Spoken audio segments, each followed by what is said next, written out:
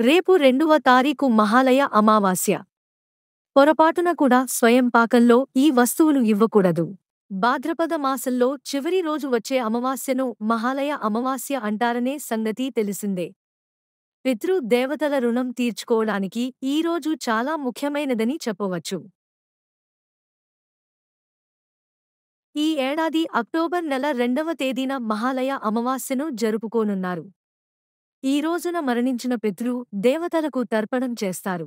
పితృపక్షాలలో పితృదేవతలు భూమి మీదికి వచ్చి నివసిస్తారని, వారికి శ్రాద్ధ కర్మలు చేస్తే వారు సంతోషంగా మళ్లీ తిరిగి వెళ్తారని, మనల్ని ఆశీర్వదించి మనకు సకల శుభాలను చేకూర్చి వెళతారని చెబుతారు.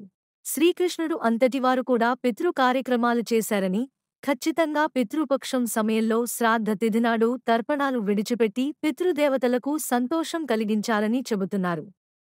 ఇక రేపు మహాలయ అమావాస్య నాడు పితృపక్షాలు పూర్తవుతున్న నేపథ్యంలో పితృదేవతల మనసుకు సంతోషం కలిగేలాగా కర్మలను చేయాలని సూచిస్తున్నారు.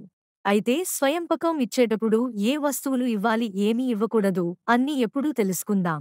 ఇవ్వాల్సిన వస్తువులు: బియ్యం, కందిపప్పు, పెసరపప్పు, చింతపండు, బెల్లం, ఉప్పు, ఎండుమిర్చి, ఆవాలు, నూనె, నెయ్యి, తోటకూర, మిరియాలు, అరటి పండ్లు, కొబ్బరికాయ, పనసకాయ, గుమ్మడికాయ. ఇవ్వకూడని వస్తువులు: ఉల్లిపాయ